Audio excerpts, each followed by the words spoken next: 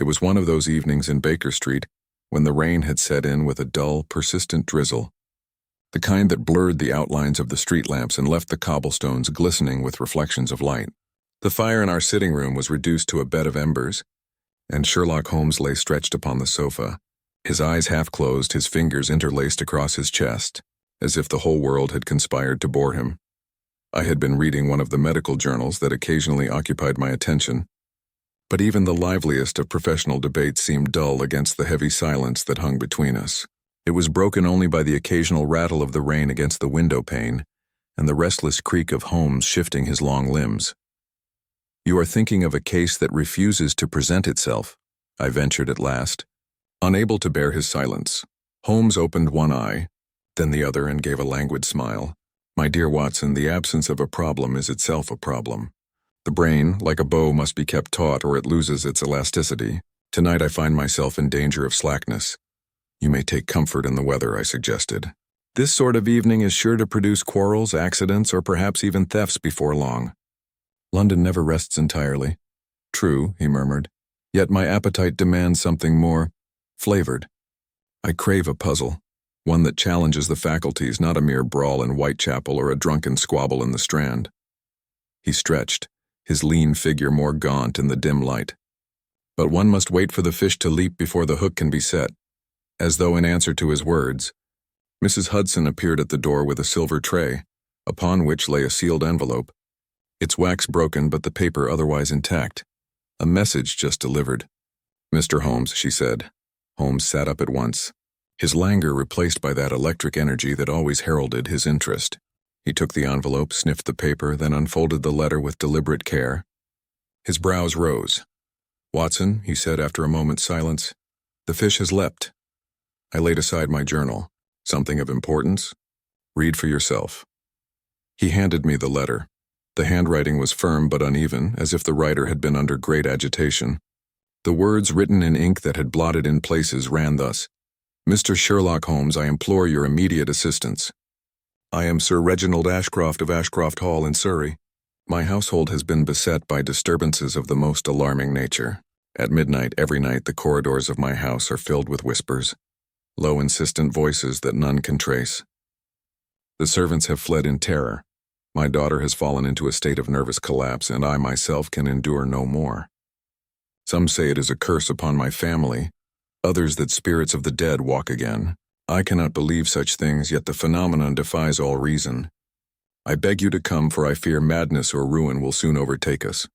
It was signed in a trembling hand, Sir Reginald Ashcroft. When I looked up, Holmes was already on his feet, pacing the room with quick strides, his eyes alight with the gleam I had long recognized as the herald of adventure. "Well, Watson?" he demanded. "What do you make of it?" "It reads like the opening of a Gothic novel," I said. "Voices in the night, servants fleeing, a family on the verge of collapse. If true, it must have some material explanation, though I cannot yet imagine what it may be." Holmes gave a short laugh. "Excellent. You reason well. Superstition is merely ignorance dressed in fancy attire. These whispers, if they exist, are not from the grave but from human contrivance. The question is, what contrivance and to what end? And do you intend to go?" "Of course," he replied briskly. "The matter has every feature I desire: mystery, fear, and the possibility of deceit. Pack your bag, Watson. We take the morning train to Surrey." The next day dawned clearer, though a mist still hung over the city. We departed from Waterloo Station, and soon left behind the smoke and bustle of London for the rolling green fields and autumn-colored woods of the countryside. The rhythmic clatter of the train lulled me into a kind of half-reverie, but Holmes sat alert, his sharp profile framed against the window as he smoked in silence. "You are already theorizing," I said at last. "Not theorizing," he corrected, "but arranging the facts we know. A house of age and size, whispers confined to midnight. A daughter driven nearly mad, servants deserting. Such phenomena require means, motive, and opportunity. Means, the mechanism by which voices may be projected. Motive, why one would wish to terrify the household. Opportunity, the access necessary to achieve it. Until we arrive, I hold no conclusions." The train pulled into a small rural station where a carriage awaited us. The drive took us through winding lanes bordered by dark woods, until at last Ashcroft Hall rose before us, A vast, brooding mansion of gray stone, its turrets and chimneys outlined against a darkening sky. Ivy clung to its walls and the windows glimmered faintly in the dim light, like watchful eyes. Sir Reginald himself met us at the great oak door. He was a man past middle age with a fine bearing that had been diminished by care. His face was pale, his hair streaked with gray, and his eyes held that haunted look I had often seen in men under intolerable strain. "Mr. Holmes." "Dr. Watson," he said, grasping our hands warmly. "Thank heaven you have come." Another night of it, and I fear I should have lost my reason entirely. "You may depend on us, Sir Reginald," Holmes said firmly. "Pray give us a full account of the disturbances." We were shown into a vast drawing room dimly lit, its heavy draperies drawn against the encroaching dusk. The air smelled faintly of wax and age. Sir Reginald poured us wine, though his own hand shook as he raised his glass. "It began 3 weeks ago," he said, "always at the stroke of midnight. A whispering, as though many voices conspired together, fills the corridor outside my daughter Clara's chamber. At first we thought it some trick of the wind, but it grew louder, more distinct. Servants swore they heard their names spoken. Clara, poor child, believes the voices call to her, that some unseen presence demands her soul. She has grown pale, feverish, unable to sleep. The household is undone. I confess, gentlemen, I too have heard it, and I cannot explain it." Holmes listened intently, his long fingers steepled beneath his chin. "You are certain there is no physical source, a loose window, a hidden draught?" "I have searched in vain. The walls are sound, the windows secure, yet the voices continue." "Very good," said Holmes. "We shall investigate this night. But first, may we see the young lady?" We were led to Clara Ashcroft's chamber, a high-ceilinged room with tall windows overlooking the estate grounds. Clara herself lay upon a chaise, her figure slight and her face unnaturally pale. She started at our entrance, her eyes wide with fear. "Clara, my dear," Sir Reginald said gently, "these gentlemen are here to help us. This is Mr. Sherlock Holmes and Dr. Watson." She inclined her head faintly. "If you can banish the voices, sir, I shall bless your name forever. They come to me each night whispering in tones I cannot bear. They call me by name. They say I must join them. I cannot endure another night." Holmes bent toward her, his manner softened. "Courage, Miss Ashcroft. I promise you, before this matter is done, the voices will trouble you no longer. Fear not the dead. It is only the living who trouble us." For the first time, a faint smile touched her lips. We left her to rest and followed Sir Reginald through the corridors. Holmes examined the walls, floors, and ceilings with his magnifying lens, tapping here and there, pausing often in thought. At one place he pressed his ear to the wainscoting, then rapped lightly. "Hollow," he murmured. "Very curious. Do you mean secret passages?" I asked, "Perhaps. Houses of this age are often riddled with them, but we must wait for midnight." Dinner was a somber affair, the great dining hall echoing with our voices. The household seemed diminished, only a few servants remaining, their faces drawn with unease. Afterward, Holmes and I stationed ourselves in the corridor outside Clara's chamber. The hall stretched long and dim, lined with portraits whose painted eyes seemed to watch us. A grandfather clock stood at one end, its pendulum swinging with heavy inevitability. When the hour of midnight approached, a hush fell over the house. The clock struck 12, each note reverberating like a funeral bell, and then, as Sir Reginald had warned, the whispers began. At first faint, like the rustle of leaves in a distant wood, they grew steadily clearer. Low murmurs, many voices speaking together, indistinct yet insistent. I confess a chill ran down my spine, for the effect was uncanny, unearthly. The sound seemed to come from everywhere and nowhere at once, filling the corridor, seeping into the very air. Holmes, however, stood rigid, his head cocked, his eyes gleaming. He moved quickly along the wall, pressing his ear at intervals. "Remarkable," he exclaimed softly. "Yes, yes." "I see." The whispers swelled, then faded, leaving silence more dreadful than the sound itself. Sir Reginald emerged from Clara's room, his face drawn with dread. "You heard it," he gasped. "We heard it," Holmes replied calmly, "and we shall hear it again. But rest assured, Sir Reginald, before long we shall know whence it comes." The old man clasped his hand with gratitude. Holmes, however, was already pacing, his mind racing ahead. Holmes lingered in the corridor long after the last whisper had faded. His lean figure bent in concentration as he traced his fingers across the wainscoting. I had learned in our many adventures not to interrupt his chain of thought, but curiosity gnawed at me. At length, when he withdrew his magnifying lens and straightened, I asked what impressions he had formed. "Voices, Watson, cannot exist without air to carry them," he said, his tone brisk and sharp. "Here in this hall we heard the sound as though it emerged from the very timber. That suggests a hidden cavity or passage, designed perhaps centuries ago for other purposes. Such architectural features are not uncommon in old country houses, though their use for nocturnal terrors is a more modern development." Sir Reginald, who had remained with us, gave a weary shake of the head. "If there be passages, Mr. Holmes, I know nothing of them. My family has lived in this house for generations, yet such secrets have never been revealed to us." "Secrets are rarely advertised," Holmes replied dryly, "but they make themselves known to those who seek them with method. Come, Watson, let us make a circuit of the ground floor." We descended by lantern light, Sir Reginald accompanying us with visible reluctance. The shadows of our moving lights sprang and wavered across the ancient stone walls. At one point Holmes paused by a long gallery, where portraits of stern-faced ancestors stared down at us with painted eyes that seemed almost alive in the flickering glow. He rapped upon the paneling beneath one frame, listened, and rapped again. "Hollow," he observed. "Mark this, Watson, here the timber gives a different note. Within lies an empty space." "Surely," I said, "we should explore it at once." "In due course. For now I prefer to gather the extent of the thing. A single point proves little. A series establishes a pattern." So saying, he moved along the gallery, stopping often to test the walls, noting with satisfaction when the sound echoed or dulled. Sir Reginald followed uneasily, his face paling with every confirmation that his home concealed more than he knew. We came at last to the great library, a cavernous room lined with dark shelves laden with leather-bound volumes. The air was heavy with the scent of dust and old paper. Holmes prowled about, pausing before a section where the books were curiously arranged. He drew one volume forward only to find that it was fixed in place. "Ah," he murmured, "an old trick, false spines. The wall here is no bookshelf but a screen." He tapped, and the hollow reverberation confirmed his suspicion. "This, Watson, is a door cunningly masked," Sir Reginald gasped. "A door to where?" "That, Sir Reginald, is precisely what we must discover. But not tonight. The hour is late, and the household is strained to breaking. We must wait until the morrow, when the light favors us and the house is steadier. For now I advise rest."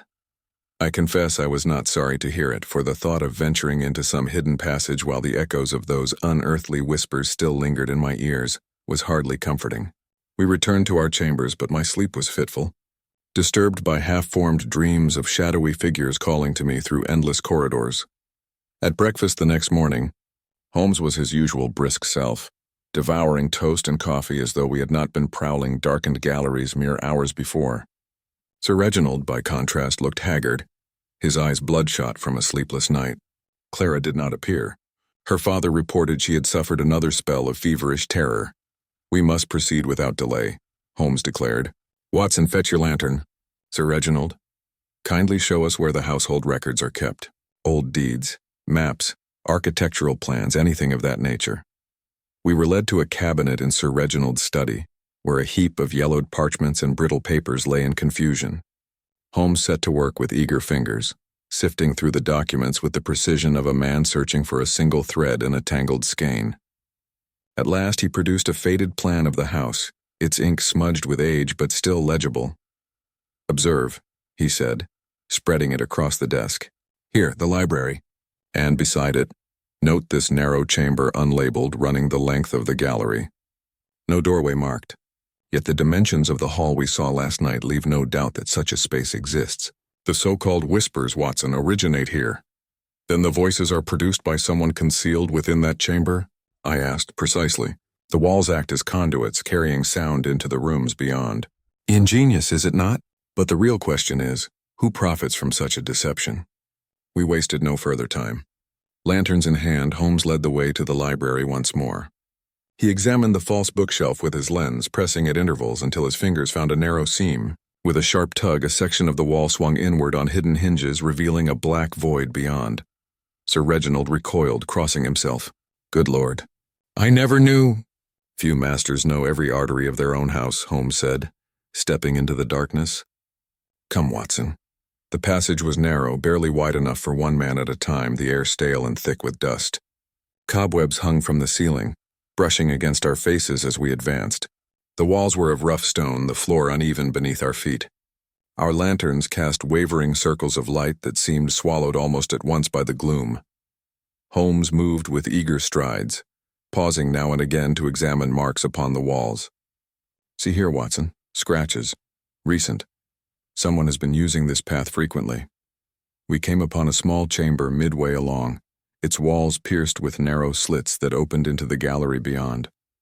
Holmes bent to one of them, listening. Perfectly designed for eavesdropping, he remarked. And here. Observe this pipe, no doubt an old conduit for heating or ventilation. A whisper into such an opening would travel with uncanny effect into the adjoining rooms. That is the mechanism, Watson. But who manipulates it remains to be learned. We pressed further until the passage ended in another disguise panel, which Holmes soon discovered opened into the servants' quarters. He turned to Sir Reginald, who had followed us with visible dread. Tell me, sir, Holmes said quietly, who among your servants has remained, despite these disturbances? Only 3, Sir Reginald answered. Mrs. Halloway, the housekeeper, young James, the footman, and Elsie, my daughter's maid. The others fled in terror. Very good. I shall speak with each in turn. It was mid-morning when we gathered the 3 servants in the dining hall. Mrs. Halloway, a stout woman with an anxious expression, declared that she had heard the whispers and prayed nightly for deliverance. James, a nervous lad of 19, stammered that he had seen shadows moving along the corridor, though no one was present. Elsie, the maid, was pale and trembling, her eyes avoiding ours as she swore she knew nothing. Holmes studied each face keenly, saying little. When at last they were dismissed, he turned to me. Fear may be genuine, Watson, or it may be feigned. I suspect we have a mixture of both here. The day passed in quiet tension. Clara remained secluded, while Holmes prowled the grounds, measuring distances, examining foundations, and noting the lay of the land with his usual meticulousness. He questioned Sir Reginald about his brother Edwin, a man I had yet to meet. Edwin has returned only recently, Sir Reginald explained with some bitterness. He left years ago in disgrace, his conduct unworthy of our family name. Now he appears suddenly offering sympathy, yet urging me to sell the house and be done with it. I do not trust him, Holmes nodded. Nor should you. I shall make his acquaintance soon. That night we again took up our station outside Clara's chamber. Midnight approached with dreadful slowness, each tick of the grandfather clock resounding like a drumbeat. At the stroke of 12, the whispers returned. More insistent than before, a chorus of voices weaving together in eerie harmony. But this time, Holmes was ready. He slipped swiftly into the secret passage, motioning me to follow. Our lanterns cast beams ahead as we advanced in silence. The whispers grew louder, echoing through the narrow space. Suddenly, Holmes raised his hand and darted forward, his long arms seizing a cloaked figure crouched by one of the vents. A muffled cry escaped the intruder, who struggled desperately, but Holmes's grip was iron. "Watson, the light!" he commanded. I swung the lantern toward the captive's face and recoiled. It was Clara herself. Her eyes were wide with terror, her lips quivering. "Please," she sobbed, "do not condemn me. I never wished to do it. He forced me. He said they would harm me if I refused." Holmes's expression softened only slightly, but his voice remained firm. "Who forced you, Miss Ashcroft? Speak plainly." She shook her head, tears streaming down her cheeks. "I cannot." "I dare not. He would kill me." Holmes looked at me, then at Sir Reginald, who had followed us into the passage and now stood stunned with disbelief. "It seems, Watson, that our mystery has deepened rather than resolved. We have found the mechanism, yes, but not yet the mind that drives it.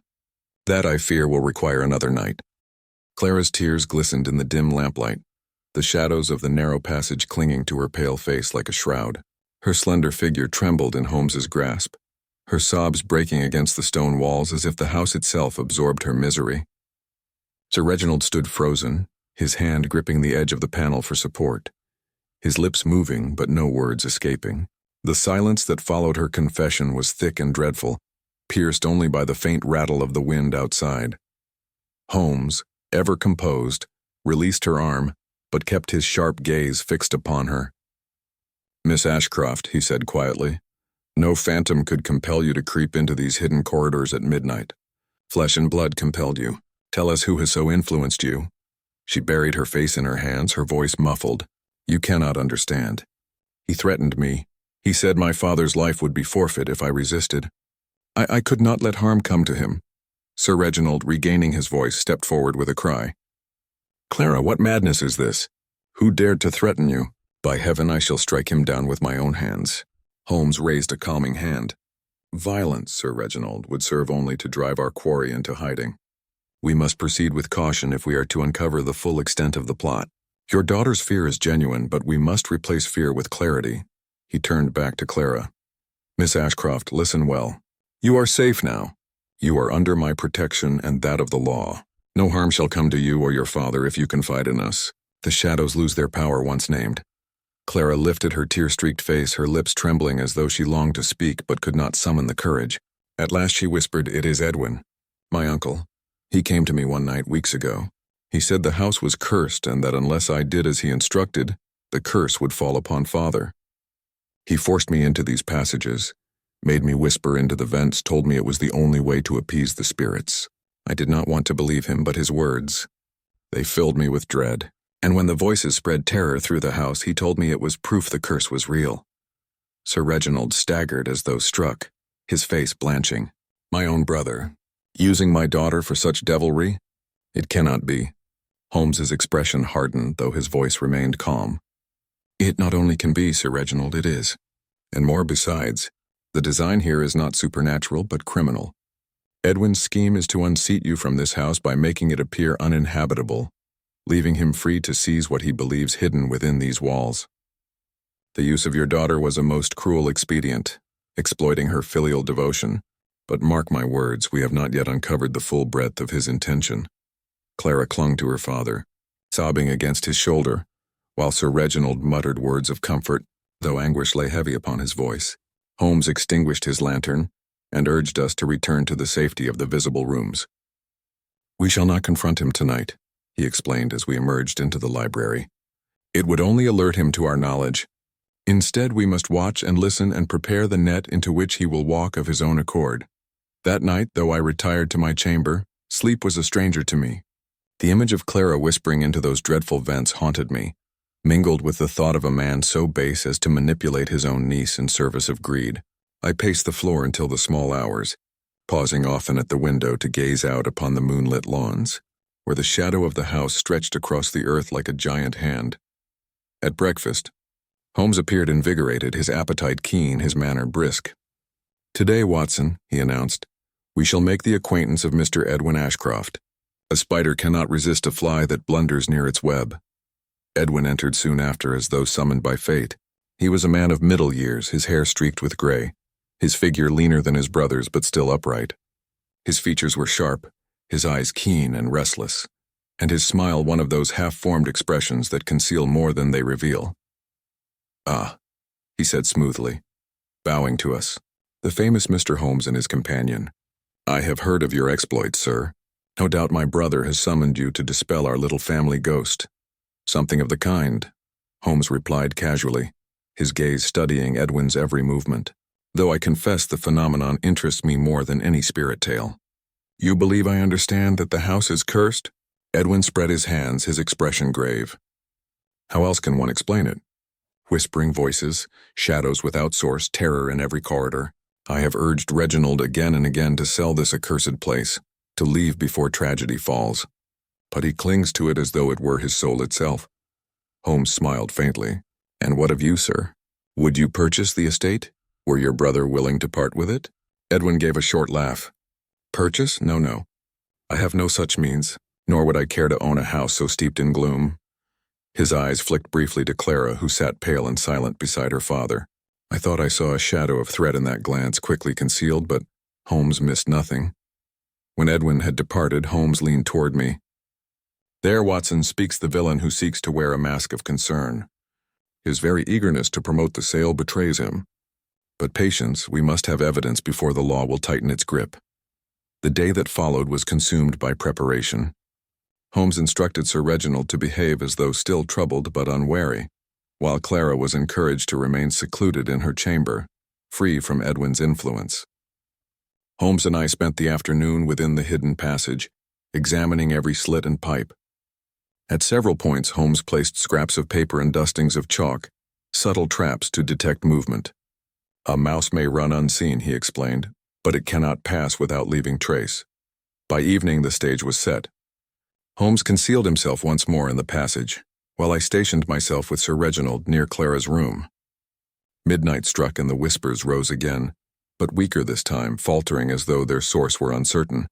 Holmes later told me he had seen Edwin himself crouched in the dark, whispering into the pipes, unaware that his every word was overheard. "Curse upon this house," Edwin murmured, his voice low and venomous. "Leave, Reginald, before it consumes you. Leave, Clara, before the dead claim you." Holmes remained motionless, observing the man with the patience of a hunter. Only when Edwin crept away through the passage did Holmes emerge, his eyes alight. "The game is nearly over, Watson," he said, his voice low with satisfaction. "Tomorrow we spring the trap." And thus the night ended, not with terror but with anticipation. I knew well that when Holmes spoke with such certainty the conclusion was near at hand, though how he intended to expose Edwin's full scheme I could not yet imagine. But I felt the steady tightening of the net, and the sense that justice, though slow, was inevitable. The following morning broke bright and cold, the mists rolling across the grounds like pale banners of an unseen army. Holmes was early abroad, conferring with the local constable whom Sir Reginald had summoned at his request. He arranged matters with swift precision, his instructions sharp and final. By midday, Edwin was invited to the library under pretense of family business.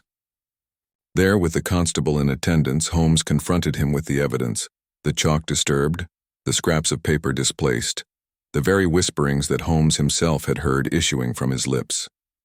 Edwin's composure faltered, his smooth words twisting into denial, then defiance. "You cannot prove intent," he cried. "A harmless jest, nothing more. The house is cursed, I merely gave it voice." Holmes's eyes blazed. "Intent? You sought to drive your brother into madness, to rob him of his home and fortune, using his daughter as a pawn in your villainy. That, sir, is not jest but crime." Edwin, seeing the constable step forward, made a sudden dash for the hidden panel.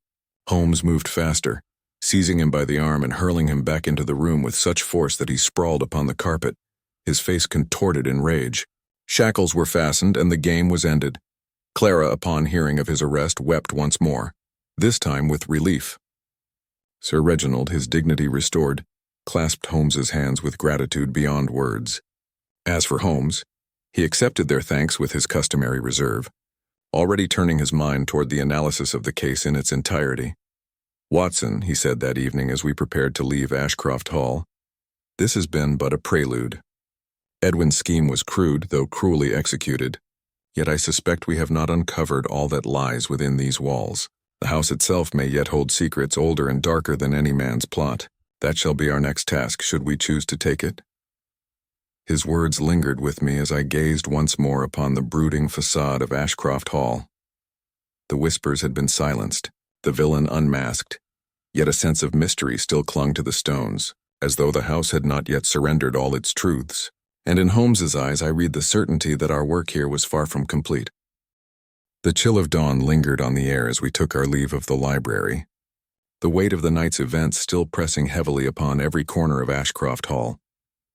Edwin's arrest had been swift and final, the constable leading him out into the fog while Sir Reginald stood silent, his expression a mixture of grief and disbelief. Clara had withdrawn soon after, her frail nerves unable to endure further shocks, and I could not fault her for it. Yet in Holmes there was no sense of rest. Far from it, the capture of Edwin seemed to awaken in him a fresh determination, a sense that what we had witnessed was only the surface of a deeper matter.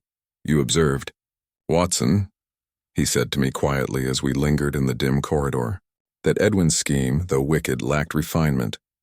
A man of his ambition would not risk so elaborate a ruse without greater incentive than his brother's distress. The house is older than the Ashcrofts' claim upon it, and such houses, Watson, are repositories of both history and greed. I should not be surprised if beneath these stones we find a prize worth the risk of madness." I was about to reply when Sir Reginald emerged from the shadows, his face pale, his steps slow, as though the years had doubled upon his shoulders overnight. "Mr. Holmes," he said in a voice heavy with weariness, "you have saved my daughter from a torment I scarcely dared imagine. For that I shall never cease to be grateful, and yet I cannot shake the thought that my brother's venom sprang from something older, some darkness tied not to him but to the house itself. You have spoken of secrets in its walls. Do you truly believe there is more to uncover?" Holmes inclined his head. "I believe it beyond doubt, Sir Reginald. Edwin was but a pawn in a game that extends further back. Did you notice, Watson, in the passage beneath the library, the stonework of a different hue? Masonry far older than the current house, sealed in haste rather than in craft? Such anomalies rarely occur by chance. They suggest concealment of a chamber, or perhaps something even more significant." Sir Reginald looked at him in astonishment. "You speak as though my family's home were but a mask, hiding another face beneath." Holmes's eyes gleamed in the lamplight. "Precisely. And masks, as you have seen, can deceive even those who wear them." That day, with Sir Reginald's reluctant permission, we began our examination anew. The servants, still shaken by the night's revelations, kept their distance, whispering in corners as Holmes paced the length of the great hall, tapping the stone with his walking stick, pausing now and then to bend low and press his ear against the walls. At times he produced his magnifying glass, scrutinizing the faintest seam in the masonry as though it were a map to be read. I followed him in silence, accustomed to his habits, yet always struck anew by the intensity of his concentration. By mid-afternoon we had descended once more into the passages behind the library. Here Holmes's lantern illuminated the uneven stones, their surfaces scarred by age. He knelt beside one section where the mortar crumbled at the touch of his finger. "Observe, Watson," he murmured, "how the stones differ here from those about them. The grain is rougher, the cut less precise, as though taken from another structure and repurposed. And note the faint discoloration, smoke perhaps long faded. This wall is not a foundation. It is a barrier." I bent closer, my medical eye noting what he meant. The mortar indeed bore marks of hasty application, as though someone centuries past had sealed the stones in urgency rather than design. "You believe a chamber lies beyond?" I asked. Holmes's mouth curved into the faint smile that always presaged discovery. "I believe, Watson, that the House of Whispering Shadows guards more than ventriloquism. We must bring tools." It was nearly dusk before the necessary implements were gathered. Sir Reginald, though reluctant, agreed to assist us, and together we pried at the weakened mortar, the scrape of iron against stone echoing through the passage. The work was slow, exhausting, the air thick with dust. Clara, despite her father's protests, insisted on watching from a safe distance, her wide eyes fixed upon the wall as though it might at any moment burst into flame. At last, with a groan of dislodged stone, the barrier gave way. A rush of stale air escaped, heavy with the scent of age and decay, and the lantern's glow revealed a narrow opening leading into darkness. Holmes raised the light and stepped forward without hesitation, his figure swallowed by the shadows. We followed into a chamber long forgotten by any living soul. The ceiling arched low, the walls rough-hewn, and in the center stood a heavy wooden chest bound with corroded iron. Around it lay fragments of rotted cloth, the remains of furniture, and upon the wall strange markings, faded yet still legible, symbols, initials, and what appeared to be dates scratched by desperate hands. Sir Reginald crossed himself, his voice trembling. "Good God, what manner of place is this?" Holmes moved to the chest, his fingers tracing the rusted bands.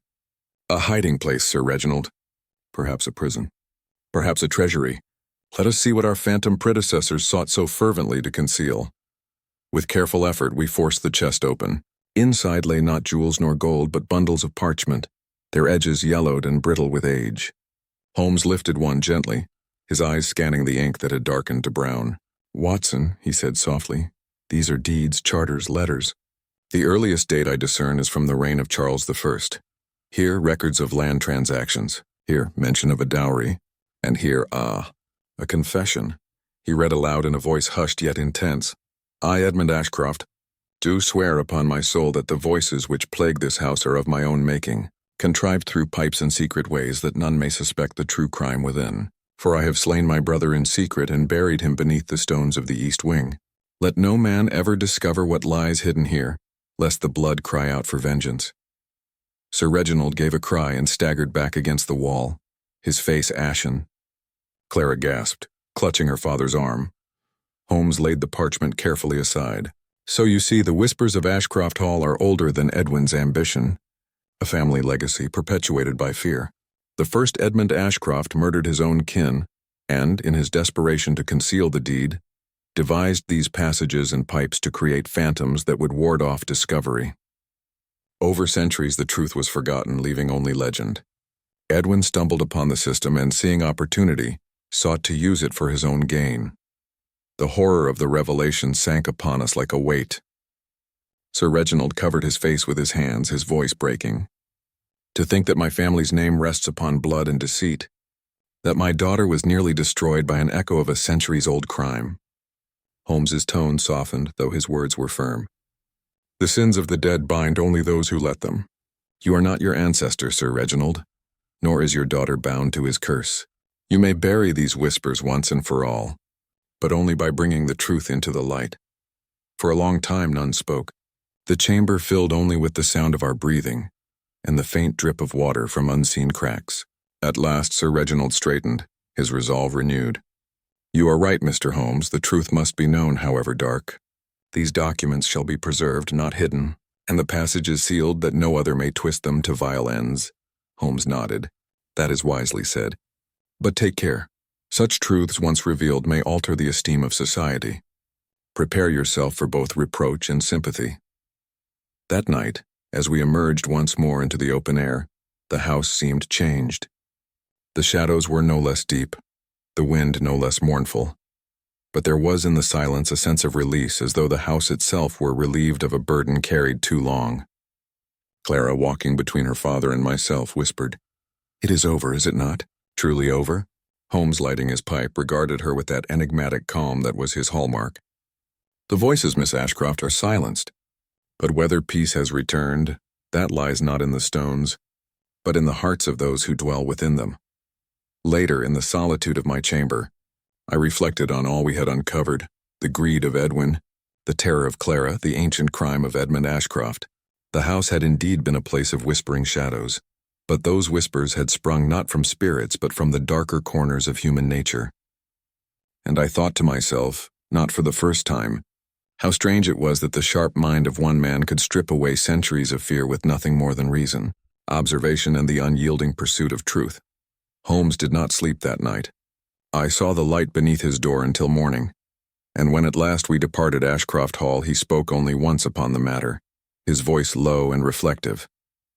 "Watson, remember this. A house may be built of stone and timber, but it is memory that gives it life. Memory and the deeds of those within, and memory too can cast shadows longer than any wall." The mist clung to the grounds of Ashcroft Hall the following morning, curling like pale fingers around the hedgerows and drifting low across the lawns. The house itself loomed behind us, its windows dark, its chimneys trailing faint smoke, its very silhouette seeming to brood over the revelations of the previous night. We had uncovered Edmund Ashcroft's confession, the bloody roots of the family tree, and had brought Edwin's scheme to its bitter conclusion. Yet as we prepared to depart, Holmes's mood was not one of victory. His sharp eyes lingered upon the stonework, the cracked panes, and the ivy-draped facade with a restlessness I had come to recognize. "Watson," he said as we reached the carriage that would convey us to the station, "a crime does not end merely because the criminal is removed. The soil remains tainted, and in time something else may spring from it. Do you not see how the tale of Edmund Ashcroft was buried for centuries, only to resurface through Edwin's hand? Fear, like wealth, can be inherited." I hesitated, adjusting my coat against the morning chill, and yet the truth has been brought to light. Sir Reginald has sworn to preserve the records and to seal the passages. Surely that will suffice to prevent any further mischief. Holmes shook his head, his breath forming a pale cloud. "It will suffice only if men are content to let the past lie. But greed, Watson, is rarely content. Those parchments we discovered, deeds, charters, records of land transactions, they represent more than family shame. They may well affect ownership of estates across this county. To some, such documents are not relics but weapons." We entered the carriage, and as it jolted forward over the gravel drive, I could not help but glance back at the looming house. Clara stood at one window, her figure barely visible through the mist. She raised a hand in farewell, and though her face was pale, There was in her bearing a strength that had been absent before. Perhaps she felt as I did, that with the whispers stilled she could begin anew. The journey to London was subdued. Holmes alternated between silence and bursts of rapid note-taking in his small leather book, his mind clearly churning over some unseen pattern.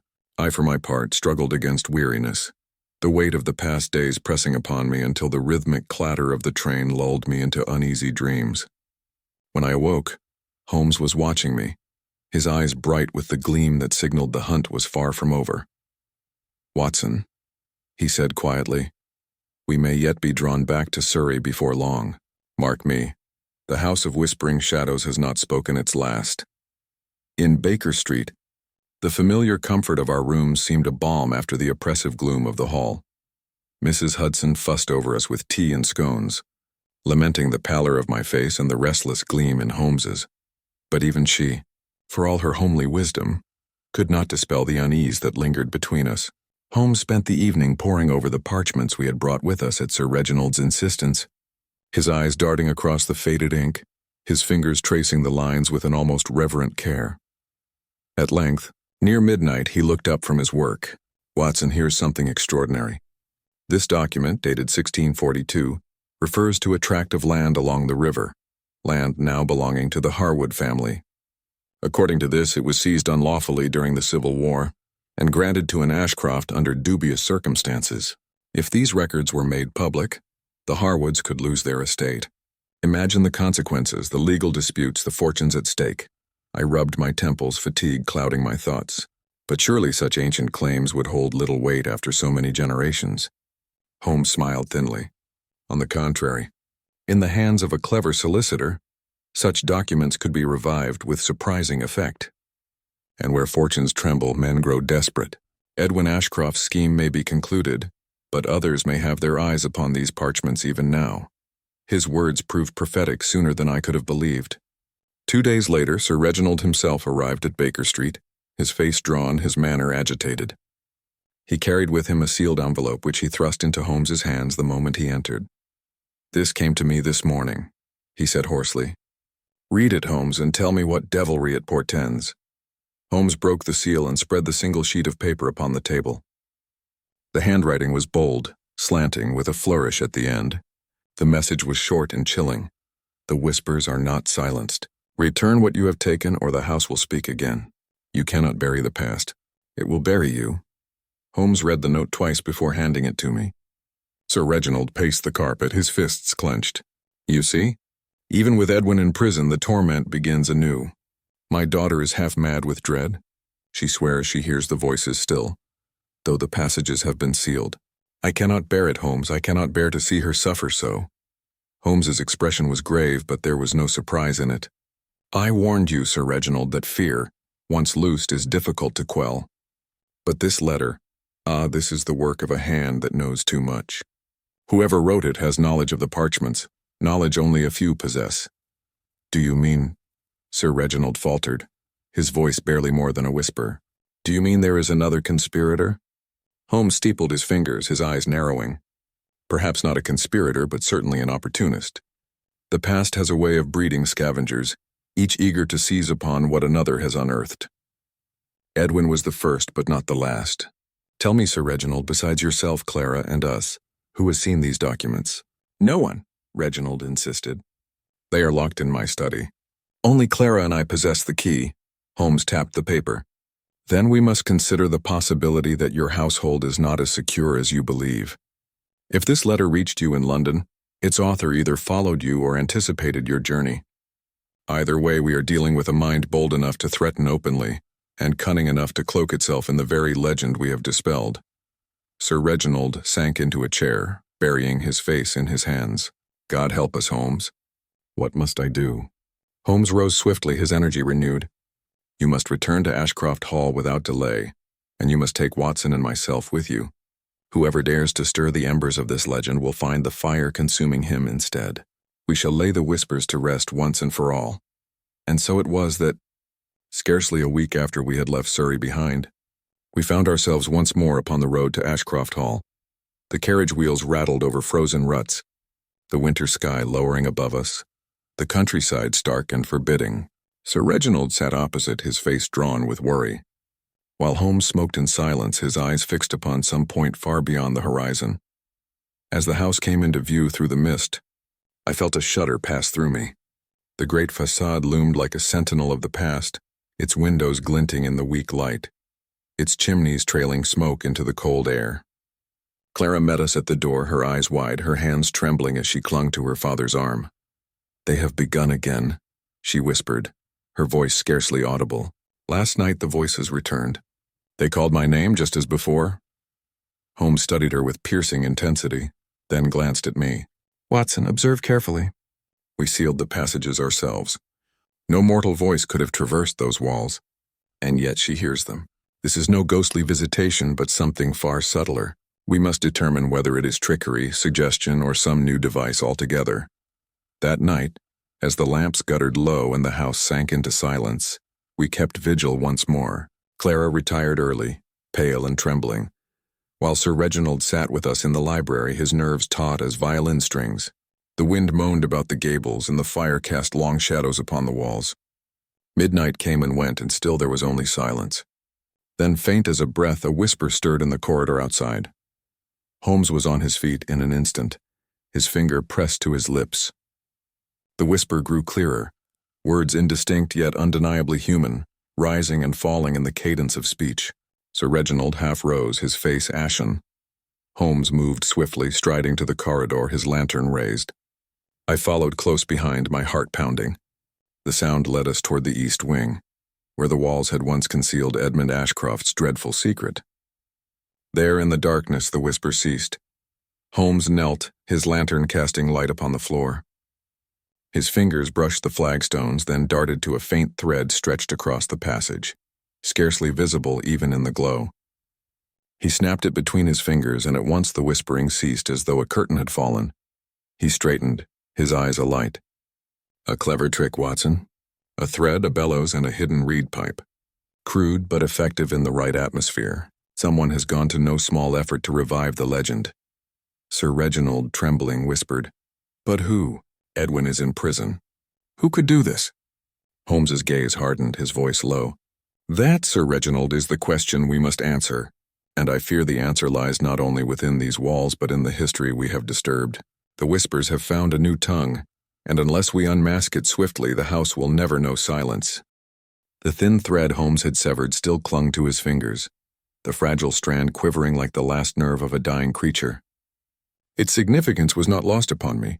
Crude though the device might be, the ingenuity behind it was undeniable. Someone had made deliberate effort to restore terror to Ashcroft Hall, and though Edwin languished in prison, his specter was now embodied by another hand. Holmes tucked the snapped filament into his pocket with the utmost care, his expression one of cold resolve. "Watson," he murmured, "note the placement. This was strung across the very path Clara takes to her chamber. Each night when she approaches, the tension is broken, the bellows are released, and the pipe breathes its ghostly murmur. Ingenious in its simplicity, yet revealing in its clumsiness. Whoever set this has not the subtlety of Edwin. This is not the hand of the master deceiver, but of the scavenger who follows carrion." Sir Reginald, who had been standing a pace behind us, could no longer restrain himself. "A scavenger, Holmes? Do you mean there is some vulture preying upon the remains of Edwin's plot?" Holmes turned to him, the lantern light etching his sharp features in relief. "Precisely. We are no longer confronting ambition but desperation, and desperation, Sir Reginald, can be the more dangerous of the two." The weight of his words silenced us. Clara had remained in her chamber, too frightened to venture forth after hearing the voices again. But when Holmes and I returned to the library with her father, her absence seemed almost oppressive, as though her vulnerability was the very thread on which the house's peace now hung. Holmes began pacing the length of the hearthrug, the smoke from his pipe curling into the dim air like a mirror of his thoughts. "Consider, Watson," he said at length, "the letter Sir Reginald received. Its boldness, its direct challenge, suggests a writer who feels secure in his anonymity. Now consider this contrivance, a reed pipe triggered by a thread. It is effective only because the household is already steeped in dread. Our opponent has no need to create an elaborate system of pipes and passages. He need only strike at Clara's fragile nerves, and the rest follows of its own accord. Sir Reginald broke in, his voice hoarse. But who? Who could do such a thing? My household is small. Loyal servants, men and women who have served me faithfully for years. I cannot believe one of them would stoop to this. Holmes halted before him, his eyes narrowing. And yet, Sir Reginald, belief and truth are often estranged companions. We must not overlook the possibility that this hand belongs not to an enemy without, but to one within. Access, knowledge of the passages, opportunity. These narrow the field considerably. The words struck Sir Reginald like a blow. He sank heavily into the chair by the fire, his face pale, his eyes staring into the flames as though they might yield an answer. I longed to comfort him, but I knew that Holmes's unflinching logic was the only salve that would ultimately serve. The night waned into morning, and with the first pale light, Holmes led me again into the hidden passages. He examined every crevice with the meticulous care of a surgeon probing a wound, his lantern sending long shadows ahead of us. At one point he crouched low, brushing the dust with his fingertips, then held them up for me to see. A faint smear of oil glistened there, fresh against the centuries-old grime. "Watson," he said softly, "do you see? This is no relic of Edmund Ashcroft's contrivance. This is the mark of a hand that has oiled a hinge or a bellows within the past day. Our adversary works not in legend, but in the present. We are dealing with a man of flesh and blood who moves even now through these walls." The thought sent a shiver down my spine. We continued deeper into the passage, the air stale and close, until we reached the chamber where we had discovered Edmund's confession. Holmes examined the scattered parchments once more, but found them undisturbed. "No," he murmured. "It is not the documents that draw him here. His aim is terror, not treasure, and terror is most easily sown through the weak." We returned to the surface to find Clara waiting, her face drawn but resolute. She had overheard enough of our conversation the night before to guess the truth. "Mr. Holmes," she said, her voice trembling only slightly, "do not shield me from the reality. If there is some hand within this house that seeks to undo me, I would rather face it than live in ignorance." Holmes regarded her with rare gentleness. "You have more courage than you credit yourself, Miss Ashcroft, but courage must be tempered with caution. If my suspicion is correct, then your very fear is the weapon our adversary wields. We must turn that weapon against him. The plan he laid out was one of calculated risk, though cloaked in simplicity. Clara was to go about her evening as usual, retiring to her chamber at the appointed hour. Holmes, meanwhile, would conceal himself within the corridor outside, while I stationed myself in the adjoining room. Sir Reginald, though eager to join, was persuaded to remain in the library, his presence too conspicuous for the delicate trap Holmes intended. Night fell with a weight of expectation, heavier than any I had known in my years with Holmes. Clara dined quietly, her hand scarcely touching the food, her eyes fixed upon her plate. When at last she rose and excused herself, Holmes and I exchanged a glance. The hour of revelation had come. I followed Holmes into the corridor, where he extinguished his lantern and pressed himself into the shadow of a recess. I withdrew into the room beside Clara's, the door left ajar, my revolver in hand, my ears straining for the faintest sound. The silence was oppressive, broken only by the ticking of a distant clock and the faint sigh of the wind against the window panes.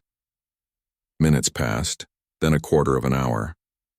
I could hear Clara moving lightly within her chamber, the soft rustle of fabric, the creak of floorboards. Then there it was, a whisper, faint and sinuous, winding its way along the corridor. I held my breath, straining to catch the words, but they were indistinct, more the suggestion of speech than speech itself.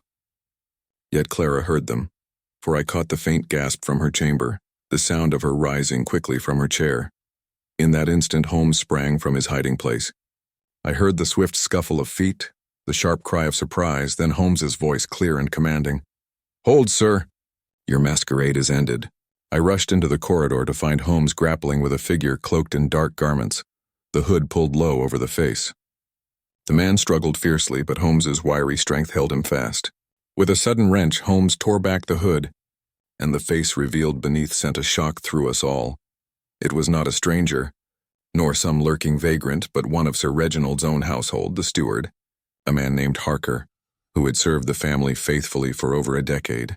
His face, usually composed and deferential, was now twisted with rage and desperation, his eyes flashing in the lantern light. "Sir Reginald," summoned by the commotion, arrived moments later, his face blanching at the sight. "Harker, you? But why, for what reason could you commit such treachery?" The steward spat bitterly. "For reason enough, sir. 10 years I've given this house. 10 years of labor while you and your kin lived in comfort. And what reward? A pittance, no inheritance, no hope of advancement. When I learned of the passages, when I discovered the truth buried in these walls, I saw my chance. If fear would drive you from this house, then I would claim it as my own. And when your brother Edwin fell, I thought the way clear. But then these meddlers," he jerked his head toward Holmes and myself, "must needs interfere." Holmes held him firmly, his expression cold. "You sought to inherit through terror what you could never earn by service. But you overreached yourself, Harker. The whispers that served Edmund Ashcroft 4 centuries ago could not serve you, for you lacked both his cunning and his desperation. Your plot was clumsy, your methods crude. You might have succeeded in unhinging Miss Ashcroft, but you could never have sustained the illusion under true scrutiny." Harker's defiance faltered, his eyes darting desperately about, but there was no escape. The constable was summoned, and within the hour the steward was in custody, his bitter tirade silenced at last. Clara, though shaken, bore the revelation with a steadiness that surprised even her father, who embraced her with tears of relief. Later, as Holmes and I sat once more in the library, the fire burning low, I could not help but marvel at the chain of events. So it was not Edwin alone, but Harker as well. The house seemed to breed conspiracies as soil breeds weeds. Holmes leaned back in his chair, the smoke of his pipe curling upward. "Precisely, Watson. And do you not see the irony? Both Edwin and Harker fell prey to the same illusion, that fear could be made a tool to seize what they desired. Yet fear is a treacherous ally. It may cow the weak, but it always betrays the hand that wields it. Ashcroft Hall has been haunted not by spirits, but by greed masquerading as shadows. As I watched him, the flickering light playing across his sharp features, I felt once again that peculiar awe I had known so often in his company. He had pierced the veil of superstition with the scalpel of reason, revealed the human hand behind the whispering shadows, and restored peace to a house long burdened by its own history. And yet, even as the embers died and the hall grew silent, I could not escape the thought that somewhere in the deep recesses of that ancient house, shadows still lingered, waiting for the next soul foolish enough to give them voice. The arrest of Harker seemed on the surface to bring the ordeal of Ashcroft Hall to its long-awaited conclusion. Clara's nerves steadied once the steward was removed, and Sir Reginald, though shaken by the betrayal of a man he had trusted implicitly, took comfort in the idea that his household was finally cleansed of treachery. Yet as Holmes and I prepared to take our leave the following morning, I could tell by the restless gleam in his eye that he was far from satisfied. He paced before the hearth, his long fingers drumming upon his coat sleeve, his gaze fixed upon the pile of parchment spread across the table. "Watson," he said suddenly, breaking the silence. "Harker was but a weed, rank, opportunistic, shallow-rooted. Yet weeds grow only where the soil is fertile. I tell you, the true danger of this house has not yet passed." I sighed, weary of mysteries, though I could never resist the energy in Holmes's voice when he spoke thus. "And what danger remains? Edwin lies in prison, Harker in custody. Surely there is no one left to threaten the Ashcrofts." Holmes turned his keen eyes upon me. "No one within these walls, perhaps. But the parchments, Watson. Do not forget the parchments. Edmund's confession was but one leaf among many. Some of these records may unsettle more than the Ashcrofts. They may alter claims to land, wealth, and title across this county.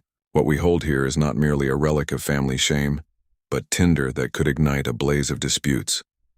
Before I could reply, Sir Reginald entered the room, looking graver than before. He had spent much of the night writing letters, and the fatigue showed in the droop of his shoulders. He greeted us warmly, but with an undercurrent of unease. "Holmes, I must ask your counsel. These documents you unearthed, should they be suppressed or made known? My heart quails at the thought of scandal, yet I fear suppression might invite darker mischief still." Holmes gestured for him to sit, his manner thoughtful. "Suppression, Sir Reginald, is but a temporary measure.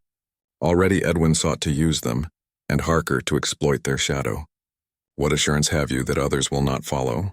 Once knowledge exists, it cannot be buried again, not without consequence. The better course is to place the documents in the hands of impartial authority, to let the law decide their weight." Sir Reginald groaned softly, running a hand across his brow. The law, Holmes, can be as merciless as the whispers that plagued us. If the Harwoods or the Redcliffs or any of the neighboring families learn of these claims, they will descend upon me like vultures. My daughter will be forced into the courts, her name dragged through mud. Is there no other way? Holmes's gaze softened, though his tone remained firm. There is never an easy way, Sir Reginald.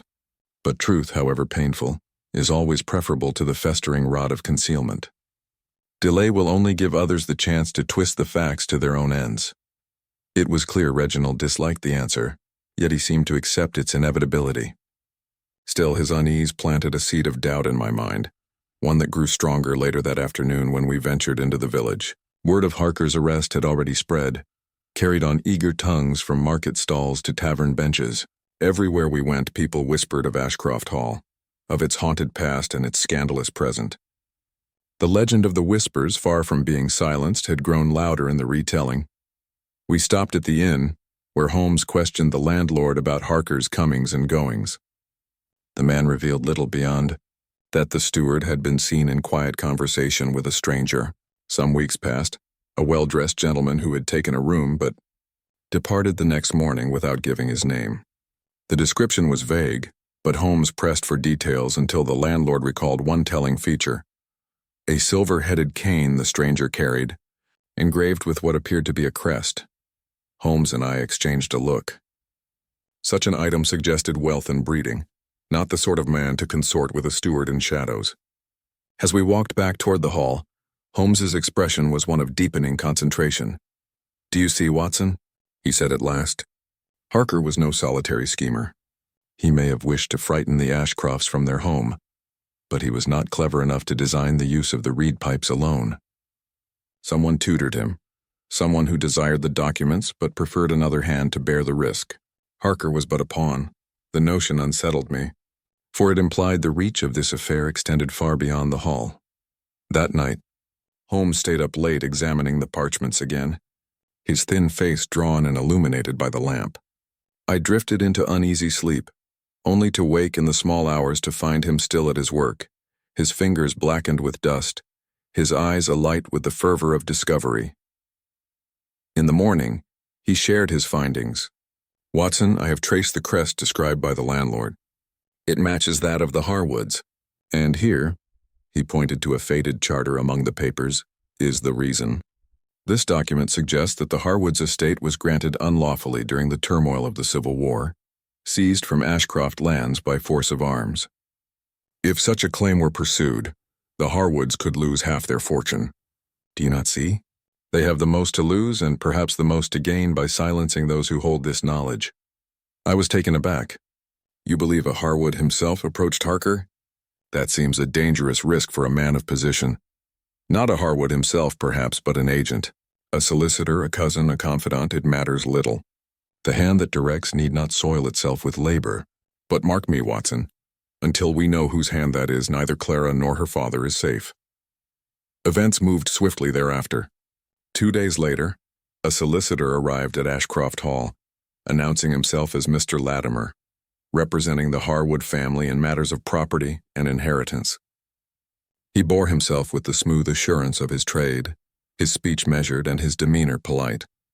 Yet Holmes, who watched him closely throughout the interview, noted every flicker of his eyes, every nervous twitch of his hand.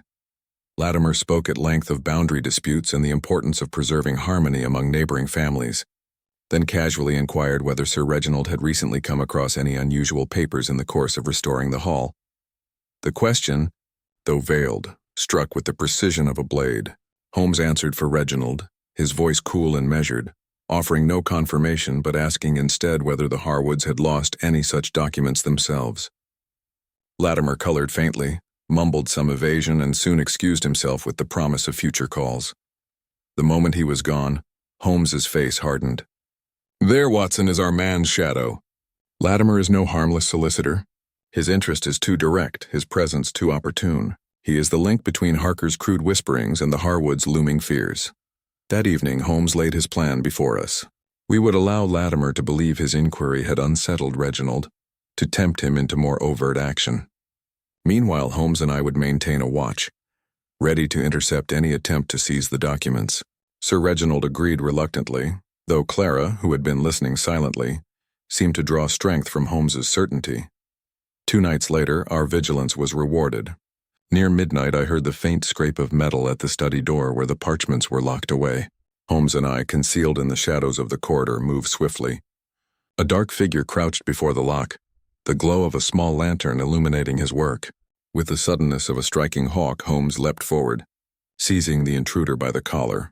The man struggled, but a quick twist of Holmes's arm brought him to stillness, and when the lantern was overturned, I recognized the pale, sweating face of Latimer himself. His polished airs were gone, replaced by the mask of a desperate thief. "Mr. Latimer," Holmes said coldly, "you honor us with your candor. You will forgive me if I decline to believe this is a mere professional curiosity." The solicitor's bravado crumbled. He stammered, begged, even offered money for his release, but Holmes remained implacable.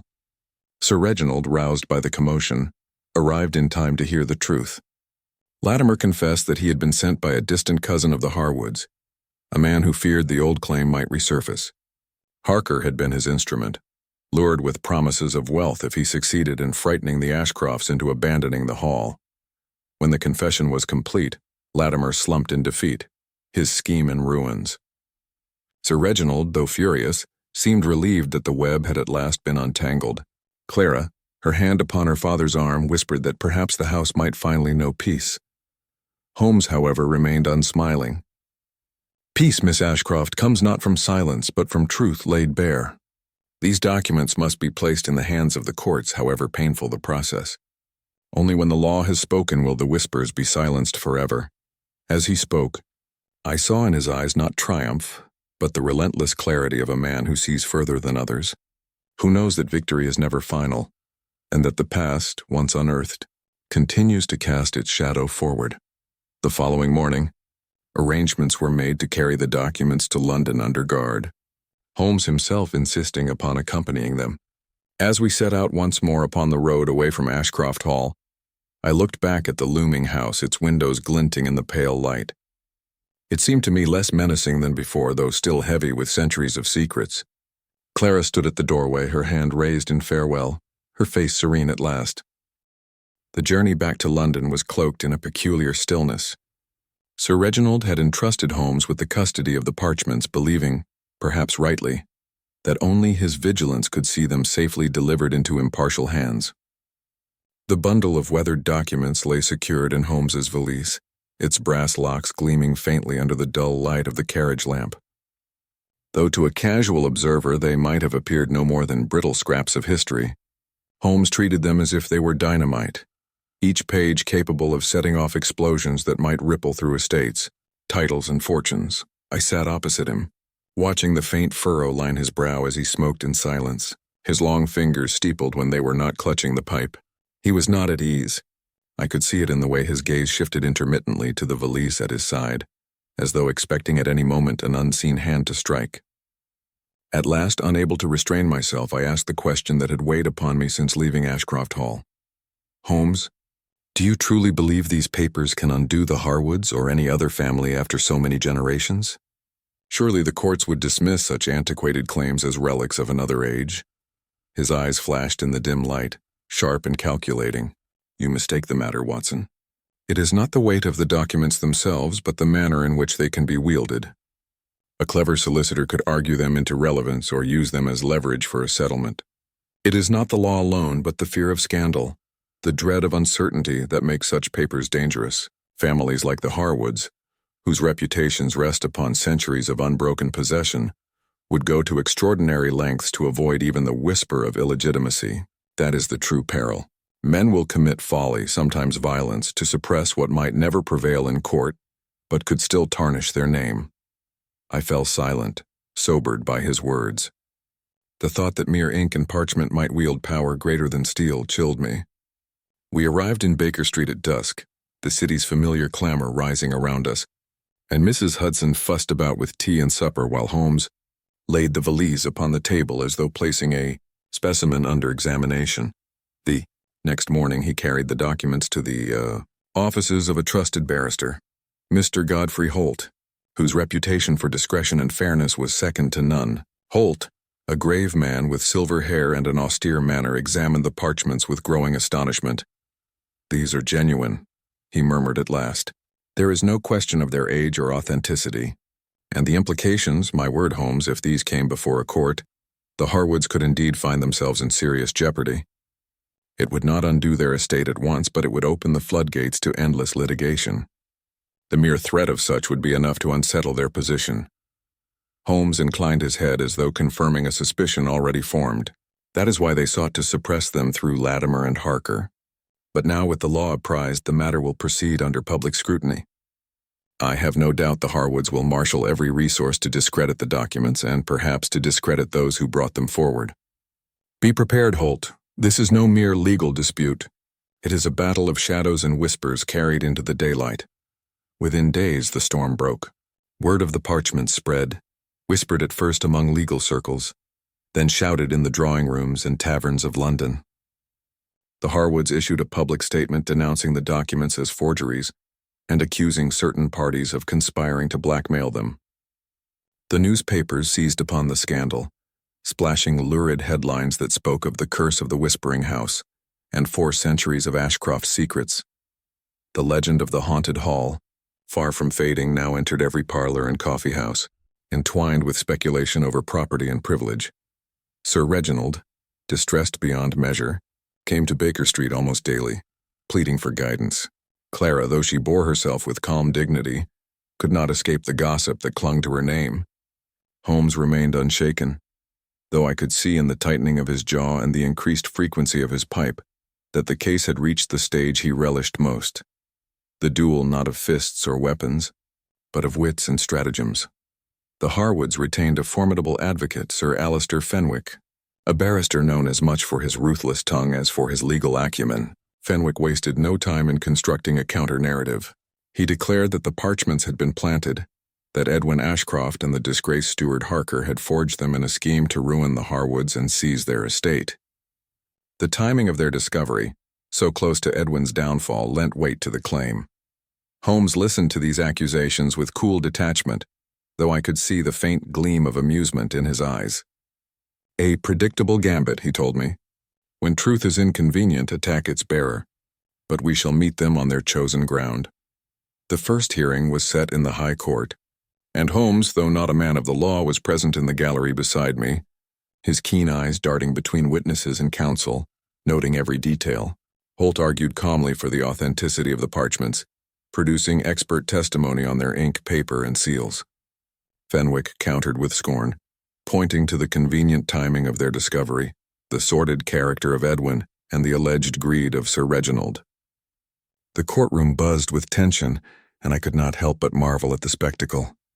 The whispers of Ashcroft Hall, born in dark passages and hidden chambers, now echoing in the heart of London's justice. Yet Holmes's focus was not upon the arguments, but upon a man seated quietly behind the Harwoods bench, a man whose sharp features and cold eyes I recognized from Holmes's earlier description. This was no mere observer, but the very cousin Latimer had named, the shadow behind the solicitor's schemes. Holmes leaned close to me and whispered, "Mark him, Watson. That is the hand that moved Harker, and perhaps Latimer as well. His name is Julian Harwood, distant kin but close enough to fear the taint of scandal. Watch closely. His mask may slip before this trial is done." Over the following days, Holmes moved with tireless energy. He visited archives, questioned clerks, traced the provenance of seals and signatures with a precision that left even Holt astonished. He discovered discrepancies not in the Ashcroft parchments but in certain Harwood deeds submitted as rebuttal. They bore the appearance of authenticity, yet subtle marks betrayed alterations in the last decade. When Holmes revealed this to Holt, the barrister's stern face broke into a rare smile. "You mean to show that the Harwoods themselves tampered with their own records?" he asked. "Precisely," Holmes replied. "A man who cries forgery must be certain his own house is free of falsehood. Julian Harwood, in his zeal to protect his family, has overstepped. He has given us the very weapon we require." The climax came on the final day of the hearing. Holt, armed with Holmes's findings, laid bare the inconsistencies in the Harwoods' own documents, presenting expert testimony that the ink and vellum betrayed modern tampering. The revelation sent a murmur through the court, and Fenwick, for all his bluster, could not wholly discredit the evidence. Most telling of all was Julian Harwood's reaction. At the moment Holt declared the deeds fraudulent, Holmes leaned toward me and whispered, "There, Watson." The twitch of the mouth, the tightening of the hand, a mask breaking. Though the court did not strip the Harwoods of their estate outright, it ordered a full inquiry, and in the meantime the Ashcroft parchments were declared genuine. The immediate result was not the ruin of the Harwoods, but their disgrace. Their name, once spoken with reverence, now carried the sour tang of deceit. Sir Reginald, though exhausted, expressed profound gratitude to Holmes, declaring that justice had at last been served. Clara, standing at her father's side, offered Holmes a look of such quiet admiration that even his impassive features softened for a moment. When all was done and the court adjourned, Holmes and I walked together through the fog-draped streets of London. I expected to find him exultant, but instead he seemed distant, reflective. "You do not count this a victory?" I asked. Holmes drew a long breath of the damp air, his gaze fixed upon the swirling lamplight. "It is a victory, Watson, but a hollow one. The Ashcrofts retain their name. The Harwoods are disgraced, but what has been gained? The parchments, the whispers, the shadows, they remain as they always were, instruments for men's ambition. We have unmasked one scheme, but another will arise.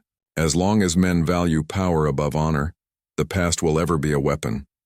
I could not argue, though I longed to believe that peace had at last settled upon the Ashcrofts. Yet even as I walked beside my friend, I felt the weight of his words. The House of Whispering Shadows had not truly fallen silent. It had merely shifted its voice from the corridors of Surrey to the courts of London. And somewhere I suspected there were still ears eager to listen. Holmes, sensing my silence, laid a hand briefly upon my arm. "Come, Watson. Tonight we have earned our rest. Tomorrow, no doubt, some new shadow will beckon. The world never lacks for whispers. My dear fellow, it is only the ears that change." And with that we turned back toward Baker Street, the fog curling about us like the fading breath of secrets half revealed, the city alive with unseen intrigues, and Holmes already leaning forward into whatever mystery awaited just beyond the veil of the morrow.